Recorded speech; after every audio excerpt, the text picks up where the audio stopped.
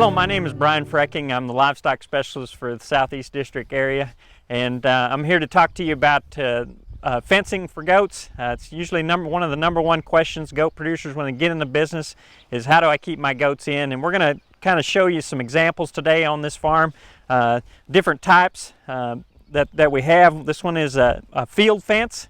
It's a very rigid type field fence. There's basically two types, one that has a physical barrier and one that's a mental barrier. And the mental barrier one, or psychological, is the electric fence. All right, and we'll just talk about that a little bit. So I'm going to concentrate on the physical barrier one here.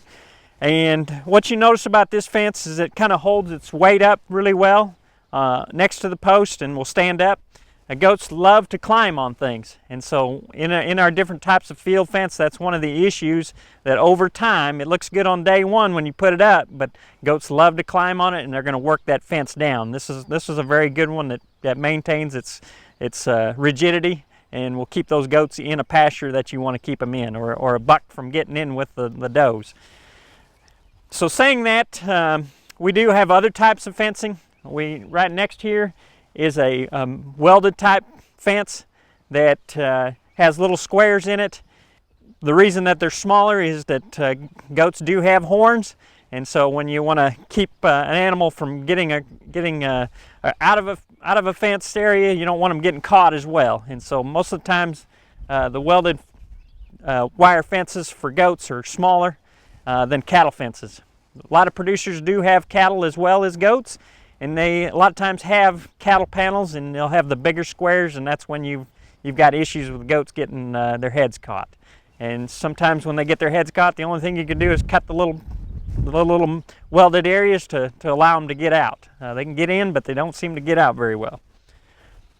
The electric fencing, usually the main problem with electric fencing people have is not keeping a good strong current going. And weeds grow up in the fence, and that electricity gets knocked down a little bit. A goat can withstand shock a lot better than other animals. It usually takes around 6,000 volts to keep a goat in, whereas a cow somewhere around 2,500. So there's the difference as far as electric fencing. I've had good luck. The main problem people don't do well on electric fencing is ground it. The energizers themselves need a specific number of ground rods, and most people buy one ground rod and they call it good. And so when we get dry conditions like drought, the electricity doesn't flow very well through the wire, and you have issues with goats getting out. On electric fencing, the wire itself comes in different sizes, and a lot of times you go to the stores in town and there's maybe one type of wire that you can buy, a 17 gauge, or there's 12.5 gauge, and a lot of times you have to order the 12.5 gauge from a specific company, and they're not as easily to buy in your local stores. The difference between the gauges is that smaller number, so the 12.5 gauge will be the thicker wire. And the reason you want a thicker wire is that the flow of the electricity through that has less resistance, so when that animal comes into contact, it's going to get a bigger shock.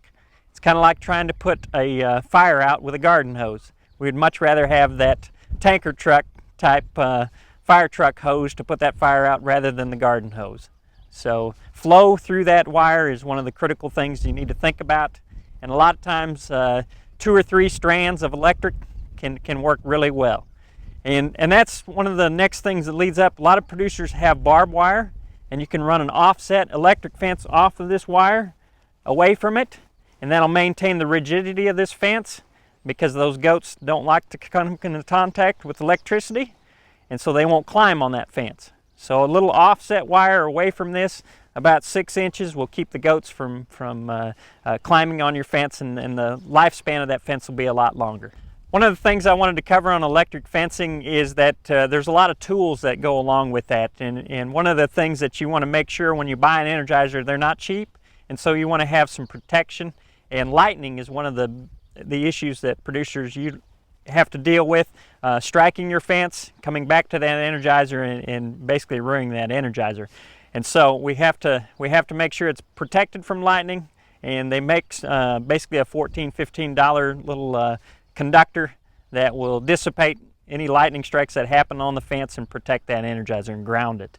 The other thing I want to talk about is just knowing how much electricity is in that fence. The joule output of an Energizer, they have different ratings on them, and you want to buy based on that joule, not by price alone on the Energizers.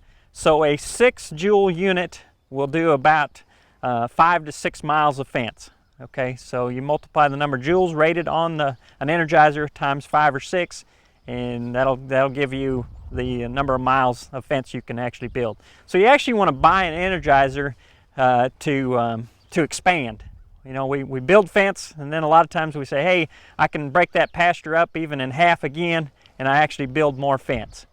And when we build fence, it's easy to do. With electric fence, not quite as easy to do with this welded mesh wire.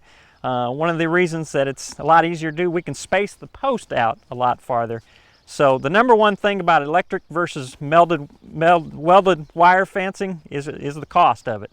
And we can run a electric fence a lot cheaper than we can these types of fencing, the cattle panels.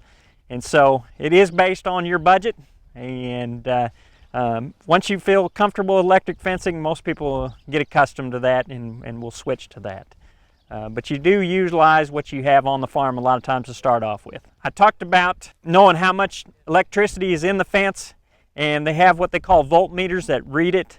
And so knowing that it takes about 5,000 to 6,000 volts to keep a goat in, it's nice to have one of those little tools to decide, okay, is my fence working correctly?